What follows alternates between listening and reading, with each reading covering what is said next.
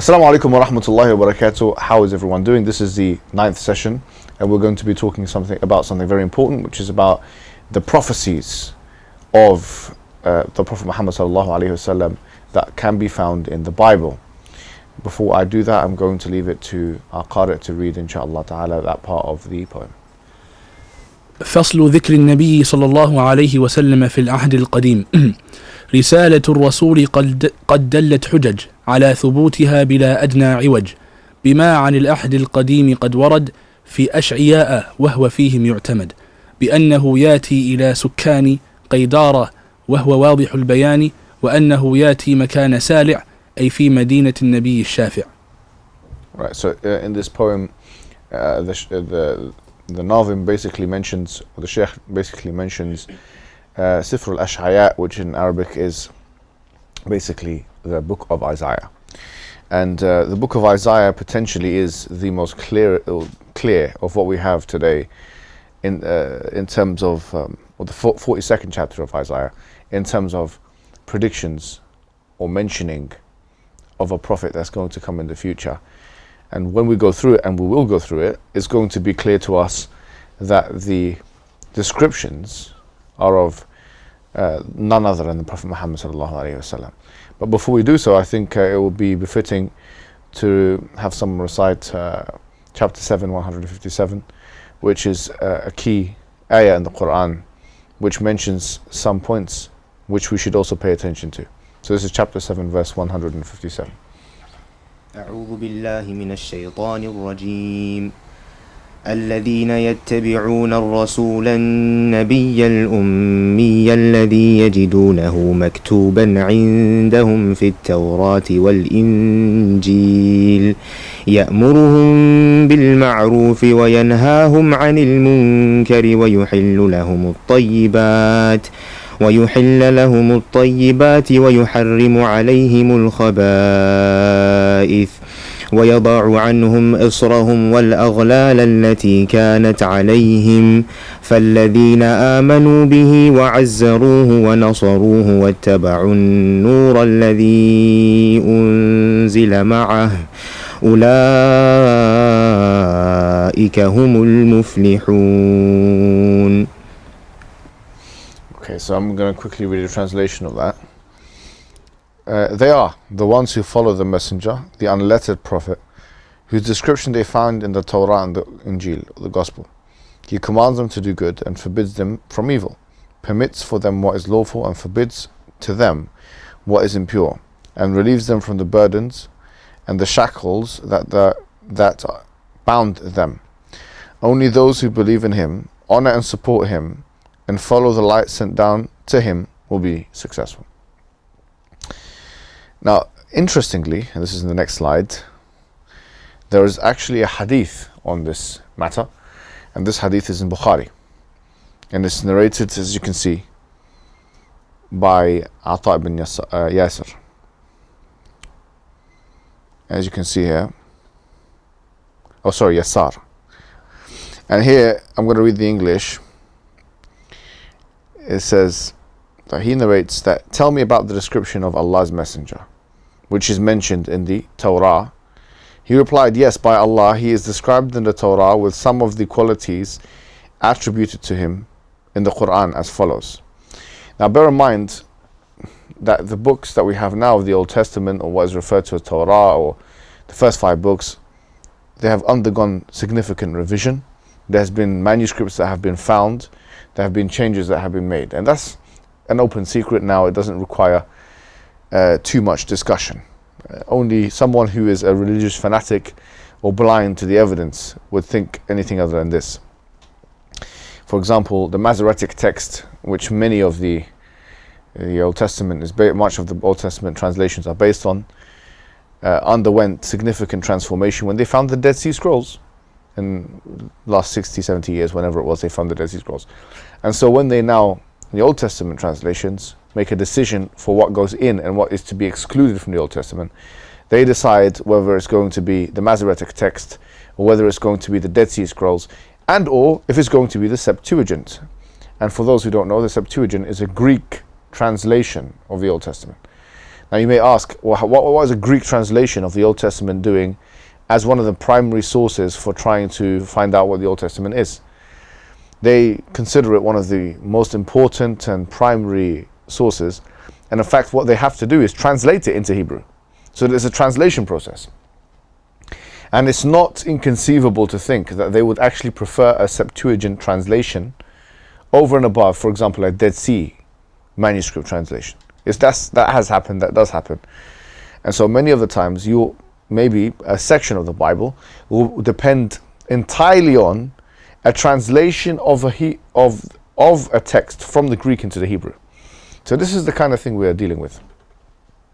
We are not dealing with a book that has been preserved. And so at the time of the Prophet Muhammad sallallahu alaihi wasallam, it's important to note that what they were reading then is different to what we're reading now.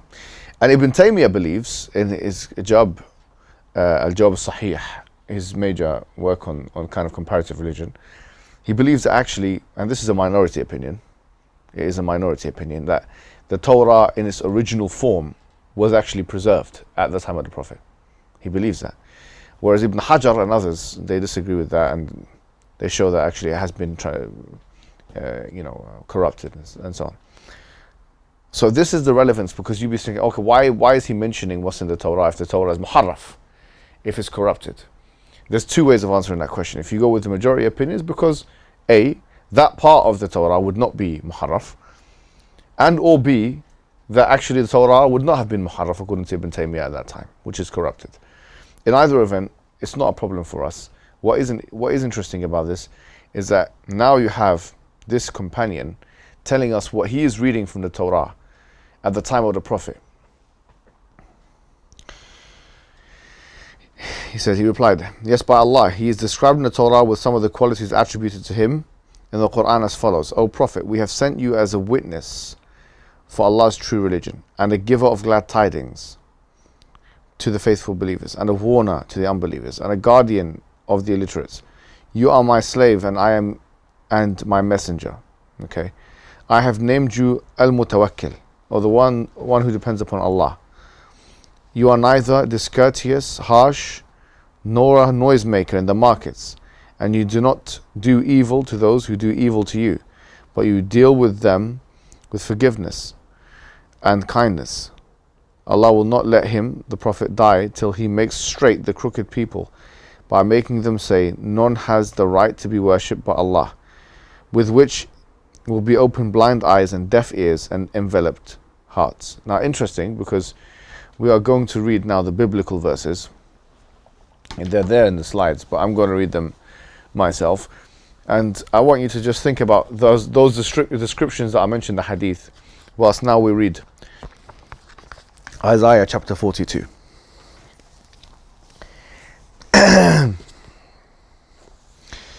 Here is my servant whom I uphold, my chosen one in whom I delight. I will put my spirit on him, and he will bring justice to the nations.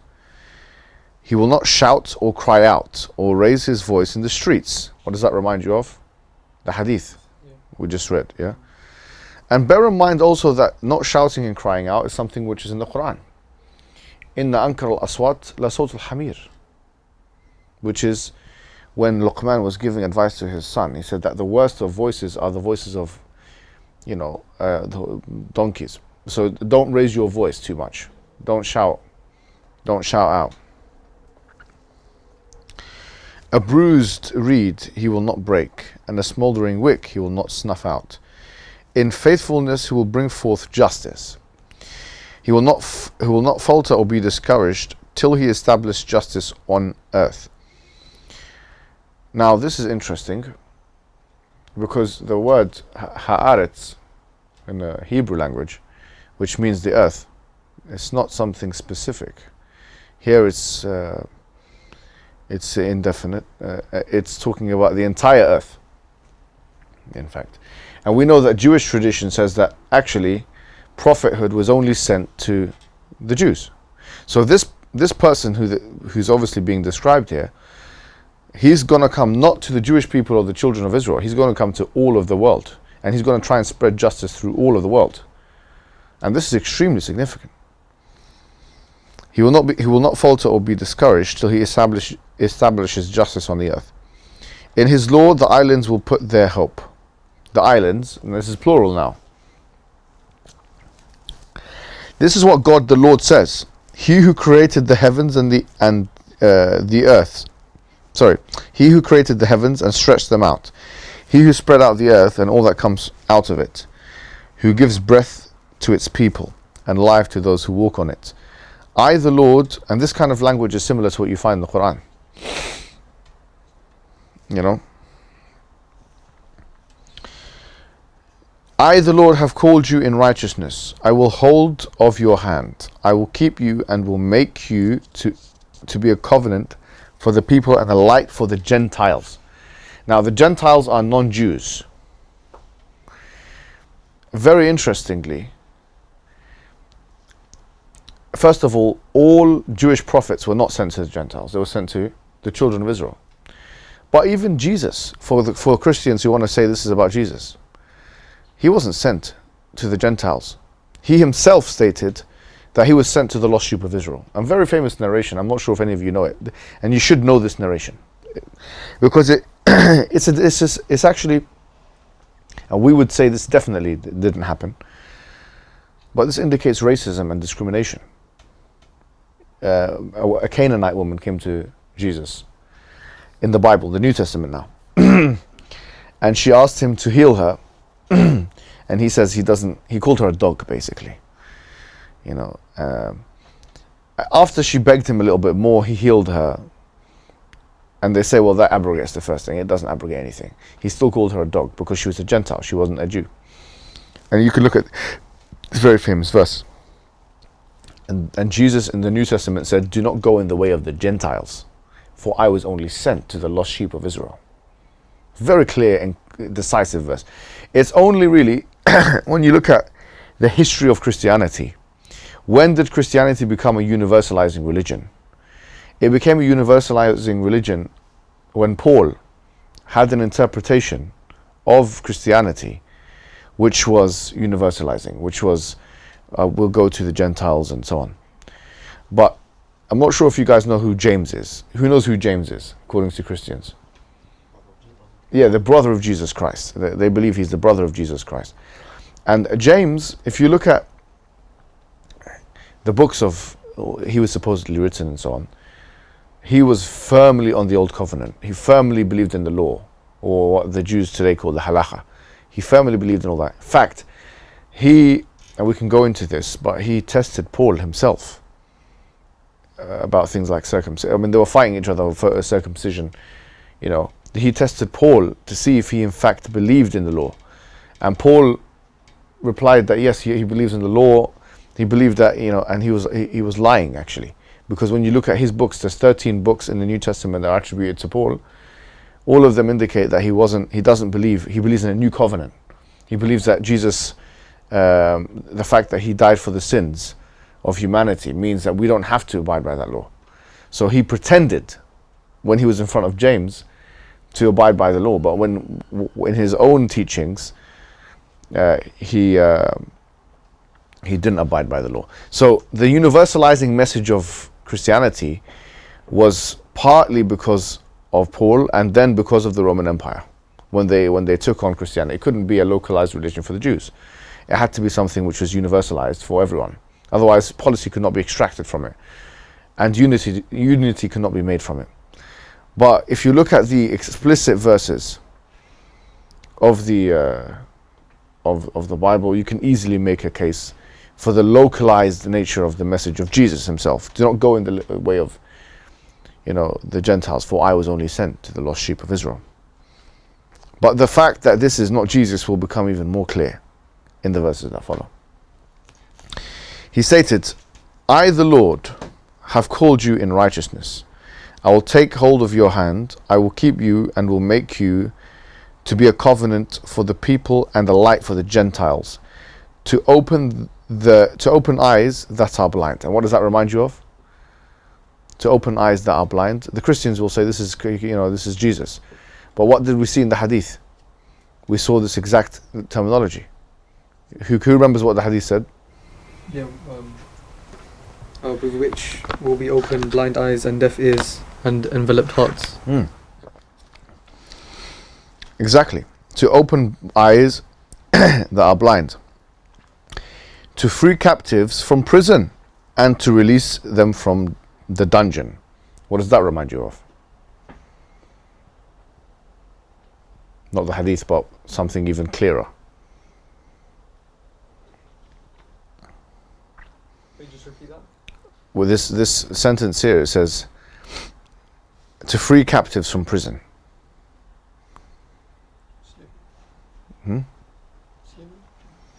Say again? Slavery?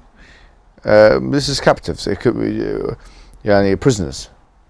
The conquest of Mecca. No. What did we just read in the beginning of the thing? In the surah, in chapter 7, 157. Can you go back to that? Can you go back to the translation of that?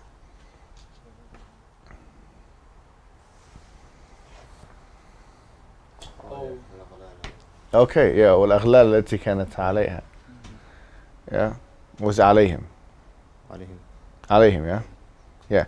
والأغلال التي كانت عليهم. So, which means, how's that translated? And relieves them from the burdens and the shackles that bound them. Beautiful. So they were imprisoned, they were in shackles, and then they were made free from those shackles. So what do we find here? We find here it says, to open the eyes that are blind, which is in the hadith, to free captives from prison, meaning to release them from the shackles, and release them from the dungeon. Okay, so this is not, there's not an actual dungeon. This is metaphoric speech. Those who sit in darkness. So if those who are sitting in darkness, that must mean that the person that is coming must be coming with what? Light. And what does the ayah continue to say?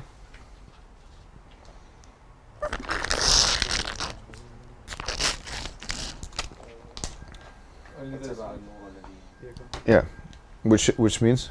They follow the light that's been revealed. Right, so they're following, these people that are in darkness in the dungeons are now following a light. So the ayah is there, the hadith is there, and now you have this. Can you see the parallels so far? But the parallels will become even more clear when we continue. He continues, I am the Lord, that is my name. I will not give my glory to another or praise to idols. See the former things that have taken place, and new things I declare, before they spring into being. So if before they spring into being means this is about the present or the future? Future, because I announced them to you. He's going to announce the future. Sing to the Lord a new song, His praise from the ends of the earth, you who go down to the sea and all that is in it, you islands and all who live in them. Let the desert and its towns raise their voices. Let the settlements where Kedar lives rejoice. Now, in the Bible, and you'll see this on your slides, it's clear who Kedar is. Who is Kedar? He's one of the sons of Ishmael, right? So he can't be what? He can't be Jewish. It's finished. He must be what? He's an Arab. Ishmael is the father of all of the Arabs. Now I'm going to read to you exactly what it says in the Bible. So this is not telling you just, this is Genesis chapter 25 verse 13. And these are the names of the sons of Ishmael, by their names according to their generation, the firstborn of Ishmael. And then Nebajoth, I don't know if it's pronounced his name, and Kedar, and Adbeel, and Mibsam. So these are the names of who? The sons of Ismail. Okay. Now where are they? Well, the Bible tells us, Ezekiel chapter 27 verse 21, the Arabians and the princes of Kedar sent merchants to trade lambs and rams and male goats in exchange for your goods. So they are located in Arabia. So you have these people that are located in Arabia who are Arabs, and of all of the nations, the Canaanites, the Amalek, every single nation that the Bible mentions, which could be, I don't know, in the dozens, yeah? In this very verse, it mentions Kedar, the Arabs. How significant is that? That's extremely significant. I mean, no, and this is so decisive that it will have an impact on someone who truly believes in this book. How could it not? It's literally talking about which other Arab came to the Arabian Peninsula and did any of these things, let alone all of these things, and claimed prophethood and was followed. Not just, he was actually followed, not Musaylam al-Kadhab, who was not followed and relegated to the trash heap of history. Let the people of Salah sing for joy, and let them shout from the mountaintops. Many have said, Salah here is talking about the mountains in Medina, which are actually called Salah. Now, what is really interesting is that, if you read the Seerah, you'll find that the Jews in that area, they had actually gone to that area because they were expecting a prophet to come. And this is not something which is absent in the Bible. In the very book of Isaiah, and I forget the exact reference, we can get it, yeah? They were expecting a prophet to come from the quote-unquote thickets of Arabia. The thickets of Arabia. So why is it that the Jews went to Arabia anyway? They went there, according to the Seerah, because they were expecting a prophet that was going to come in the future.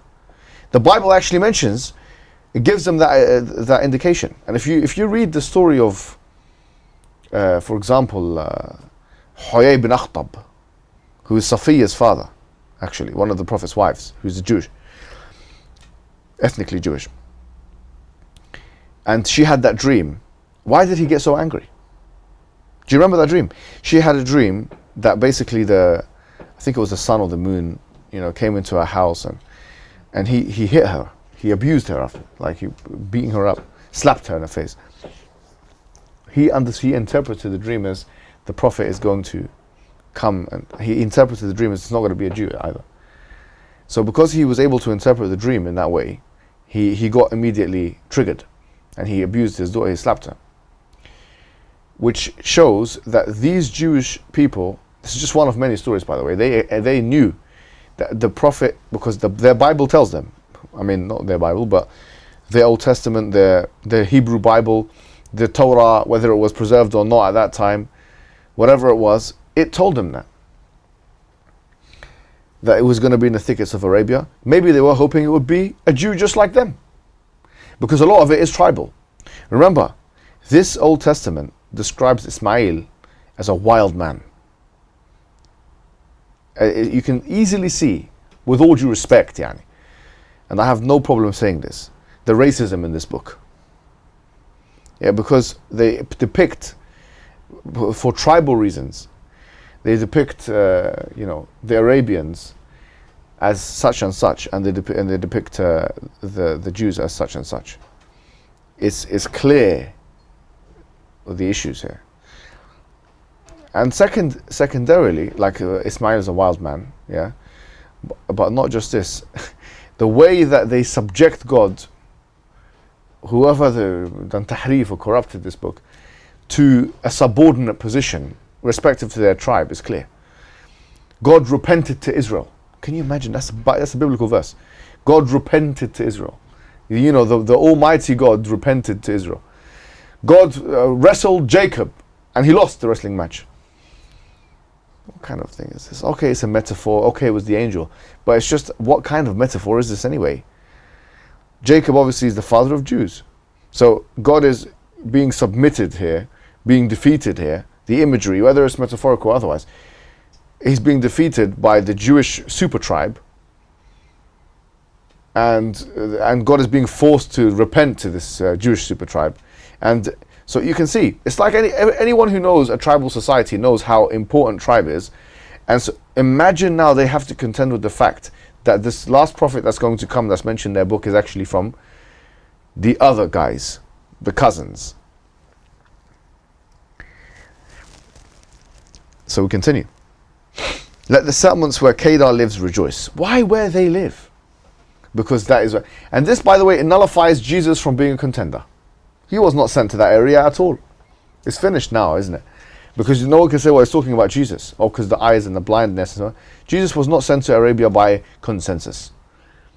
Whether it was Bethlehem or somewhere else, but it was not. It was certainly not Arabia or the Hijaz region or the Kedar. Let the people of Salah sing for joy. Let them shout from the mountaintops. So there were mountains in the area, as we know. Medina does have mountains. Let the people of Salah sing for joy. Let them shout from the mountaintops. Let them give glory to God or to Lord and proclaim His praise in the island. The Lord will march out like a mighty man. Like a warrior, He will stir up His zeal. So here's talking about a warrior. We can say we're talking about the Lord.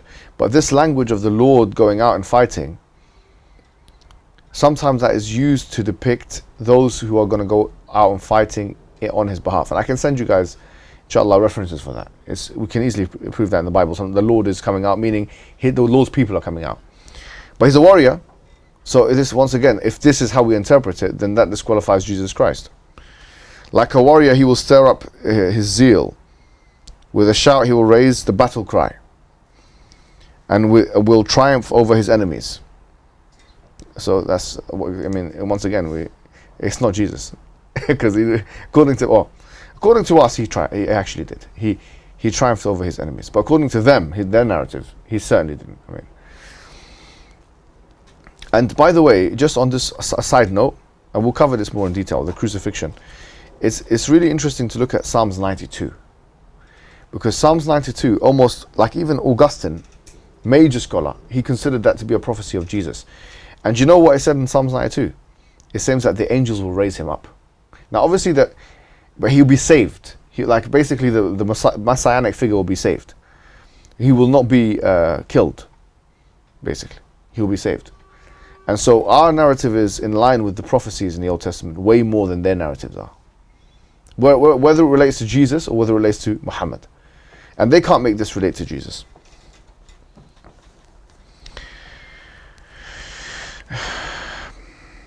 For a long time now, I have kept silent. I have been quiet and held myself back. But now, like a woman in childbirth, I cry out, I gasp and pant. I will lay waste the mountains and hills and dry up all their vegetation. I will turn rivers into islands and dry up the pools. I will lead the blind by ways they have not known. Along unfamiliar paths I will guide them. I will turn the darkness into light before them and make the rough places smooth. There are the things I will do. I will not forsake them. But those who trust in idols, who say to images, "You are my gods," will be turned back into utter shame. A very Islamic message indeed. And then it continues. But this is... Pardon? Yes. But what I will say is this, before we, because it's going to be a pretty short session in terms of what we cover, who they say it is. So I wanted to find out who the Jewish people, because we know that Christians are going to say, for the most part, it's Christ, and that's very weak, as we've seen. But Jewish people say the identification of the servant in these verses is possibilities include Cyrus the Great, according to Sadia. Okay, they say Cyrus. Cyrus was a polytheist. And this Sadia keeps coming up by the way, the Jews have something called Midrashim. So they have something called they have something called Halacha and Haggadah or Agada. So the Halacha is the Sharia and Agada is the Tafsir. And then you had something called Midrash or the Midrashim. The Midrashim is the plural of the word Midrash, which is basically the exegesis of the Old Testament. In this case, Midrash Rabbah is the interpretation or the exegesis of the first 5 books of the Old Testament, which they consider to be the Torah. They don't have Midrash for this because clearly it's not in the first 5 books. It's another book. The first, it was like this 5th or 6th book of the prophets. The Nevi'im, a Navi is basically a Nabi. So this is in that collection. So they don't have, I have not come across Midrash on this. But what we're looking at here is now the opinions. These guys, Sadia and Ibn Ezra and Osiah and these names, they keep coming up. They're the most authoritative names, basically. Yes. So do they have a midrash for all of the 5 books? Or no? From when I looked at it, it wasn't complete. I don't think it's complete. I think, it's. They definitely have it for Genesis. It's called Genesis Rabbah. I think they certainly have it for Exodus. Now Leviticus and Deuteronomy's Numbers, I have to look again and see if it's complete, because from when I looked at it last time, it wasn't actually complete. I had the whole set in front of me. But you can, basically there's a website, if you want to know about Jewish stuff, Sefaria.com. Sefaria. And this is the most compendious, encyclopedic database for Jewish material, whether it's the Talmud, because remember the Talmud are the rulings, like the ijtihadat and the ijma'at, if you like, of the Jewish scholars from whenever it was. And they have 2 major Talmuds. They have the Babylonian Talmud and they have the Palestinian Talmud. Okay, so you have 2 Talmuds where you'll find rulings. And then, as I've mentioned, you then have the commentaries like Midrash, or the Midrashim, like Genesis Rabbah, like Exodus Rabbah, and so on. These are you'll find them on there. And then you'll find the Talmudic stuff, and a whole range of commentaries and discussions and stuff like that. Sefaria is by far the best resource you can access Jewish material on. And so yeah, for sure we can say that. So that's one. It can't be Cyrus now. Some of them say Cyrus. He's Persian as well. Yes, yeah. Exactly, beautiful, right? But they say because he went left, east and west, he must have went to the Kedar. They need someone that has been in that area, right? So they say it's him. He's a polytheist. There's even extra biblical information saying that he was worshipping, I don't know, this god and that god, and it's engraved in stone. Like, you can easily find this stuff. Some people say it's the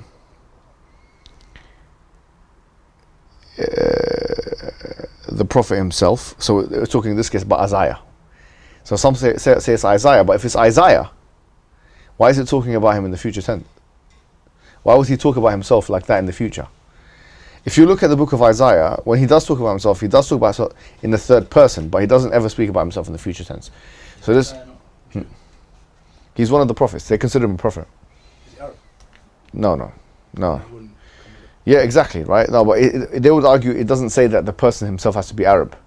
He said that the people he's going to are Arab. So you got to be careful of these nuances.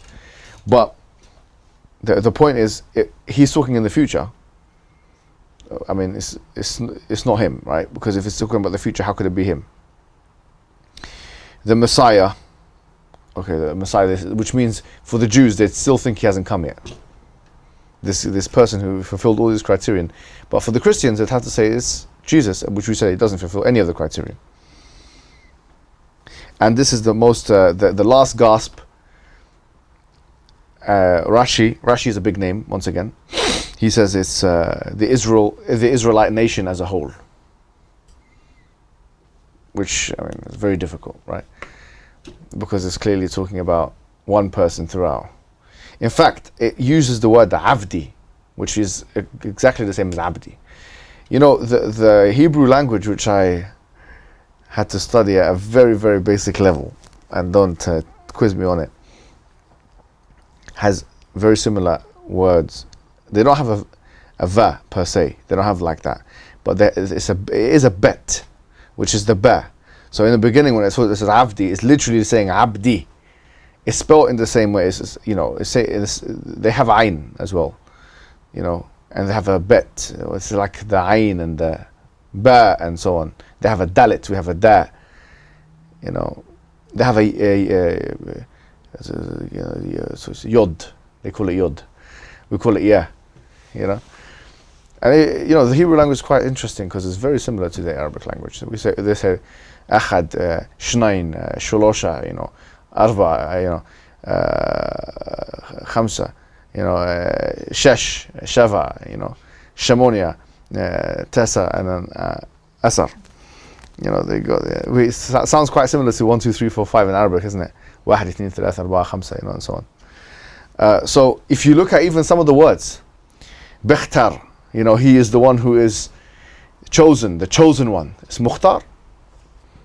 The same, even some of the lexical wording there is concurrent with what we find in the Quran and Sunnah about the Prophet Muhammad sallallahu alaihi wasallam. Abdi, my abd. It's not ibadi.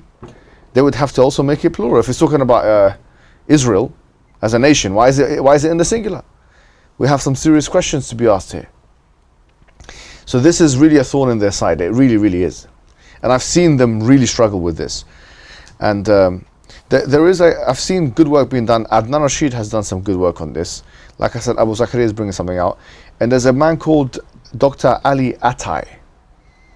I think this is his name. And he's very good. He knows Hebrew very well. He's got a PhD and he's engaged in these discussions as well. So if anyone wants further information, they can refer to these sources. And hopefully that made sense. Wassalamu alaikum wa rahmatullahi wa barakatuh.